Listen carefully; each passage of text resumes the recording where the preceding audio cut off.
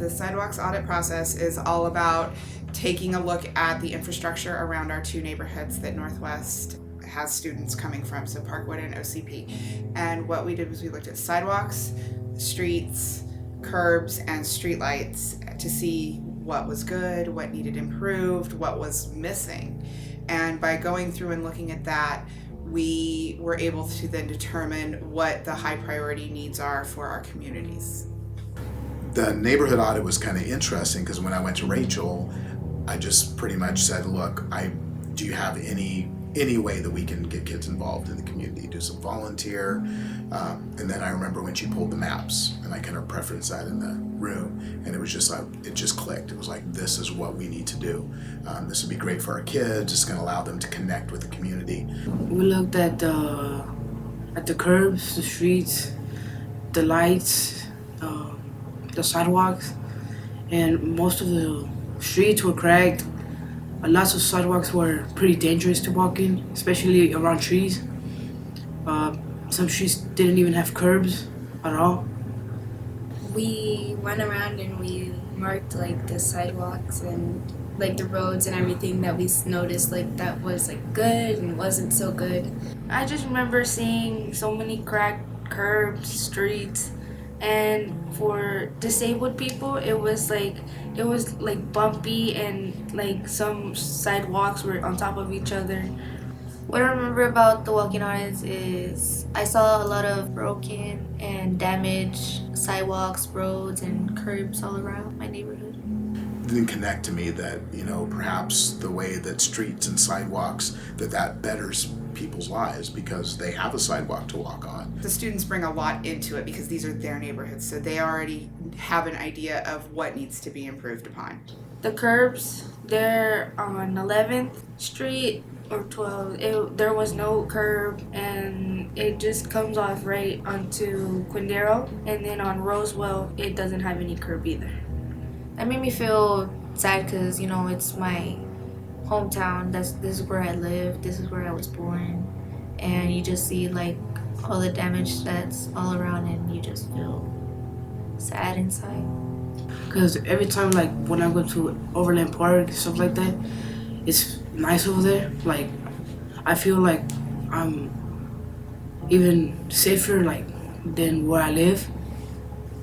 The houses are nice, the sidewalks, the streets. The conversation when we first did the first audit and we really sat down with the kids and said, hey, this is going to be a project that's going to take the year. It's going to, take some time out of the classroom. We want to know if you're going to stick with it. Are you going to be around for the end? And all of them had said, yes, we want to continue. We want to go on. And so I've seen kind of that as, they're quiet. Once again, they're quiet because they're in the room today, they're quiet, but you start that conversation and they're coming up with questions or coming up with ideas. And so I think I've seen them open up a little bit more about who they are, about just kind of what's going on in their neighborhood. And so what they're getting out of it is they're getting some leadership skills, which is really important for our students. They're able to then take those leadership skills back into their community and say, this is what we need to do. And they're able to take ownership now of their community and their work that they're doing, which is so incredibly important for 8th grade. We were just working with just pictures of the area. We would just mark things down about what was wrong about it, if it was new, cracked, dangerous, or if there was nothing. There's a lot of empty lots or abandoned houses or places where you're not able to walk or you have to walk in the street. I would love to see improvement on our neighborhood and a lot of new sidewalks, curbs, roads everywhere so the future generation can see how beautiful and nice our neighborhood is. To me, it was important that we did that because it's our neighborhood where we drive and walk every day. A couple kids found out that one of the Parkwood community personnel was their neighbor and lived a couple houses down from them, and I felt that was one of those conversations that changes a person when they find out that we're all in this together and that they were walking. So that was a really cool thing about the audit. Just watching my students take this project and run with it. They have been bugging me for the last couple of months. When are we going to get to learn more? When are we going to get to see what we've done? And just watching their excitement, saying, I live down the street. I live over here. Oh, I know that this happens. I know that this doesn't happen. I know that this is missing. And watching them have a voice and watching them understand that their voice is being heard finally and knowing that they have the ability to make changes. That's, I think, been the biggest motivator for me to keep this project going. It makes you open your eyes and see all the broken stuff all around our county. There's some really good houses out there that aren't in great shape, but I would like to see them be like rebuilt or something because they're really pretty. They'd be really pretty if they weren't like torn down. There actually are some really good places for parks, and there's a lot of houses around those lots where like it'd be very convenient for the people who have kids too. It's just changing that conversation for them to see that there is, for young people, that, hey, I can make a difference. Kansas is where I was born, and like when I grew up, I want to be in architecture. So, like I'm kind of already in, like this is where I want to start. I would really like for my students to just have some say and learn how to be advocates for themselves instead of letting other people do it for them.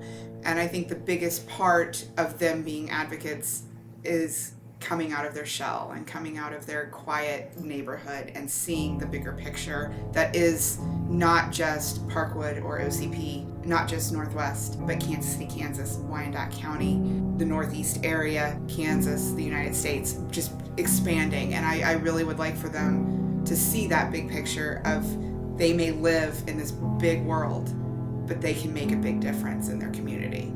If I could change anything, especially I would change like the sidewalks and the streets and the curbs, which are the three main things because it's what people use most. I would love to see our community together and just beautiful like other counties, since Wyandotte County is the most poorest. Like not everybody had a place to like walk in. There's like a lot of like there could be cooler things where like the abandoned houses are, and like there could be parks where the lots are instead of like garbage that people throw there. I was pretty excited doing that because I know that I'm doing something good for my neighborhood. Yeah, for like not only me but for family and other people, for the public, basically. This is our future. This isn't just the future of Northwest. This isn't just the future of that student. This is the future of our community. Getting these students involved now, as opposed to when they're 19, 20, 30, 40, 50, 60, gives them the opportunity to start making changes and start making a difference. Without them being able to see that they can make changes now and waiting 30 or 40 years, it's too late. It's too late for them, for their community. They need to know that these kids care and these students do care, and without this project nobody knows that, nobody sees that. They're those quiet leaders and the ones that we need in our school to model, just the good behavior and just what it takes to really do well in school, and they're very good at that. I learned that our neighborhood is a big responsibility to take care of and to keep safe and clean. Like if I were living there with my kids, I wouldn't, feel so comfortable with them going outside or playing around in that area. Those are the things that need to be changed in our community, and it has to be fixed. And that's what we're trying to do today, is we're trying to look at how are we going to take that data, how is it going to be used, and how are we going to actually move that along so the 7th graders now will be able to come in and it'll be a continuous project. So now you saw this, you did this, the 7th graders, how are they going to lead that into, what are you going to do with it next year? So where are you going to take this? Are we going to talk to city leaders? Are we going to Topeka? What are we going to do with this information? I know that I started this and other people are gonna basically end it, so I'm happy. I would love to do it next year. It really makes me feel that I'm helping the community out in the audits and all this stuff that's happening. Maybe they're walking with a friend and say, hey, you know what? Then they start a conversation about the fact that there's no sidewalk there at And that's a conversation that might lead to other knowledge. So it's good. And so we're giving the students a chance to voice what's important to them.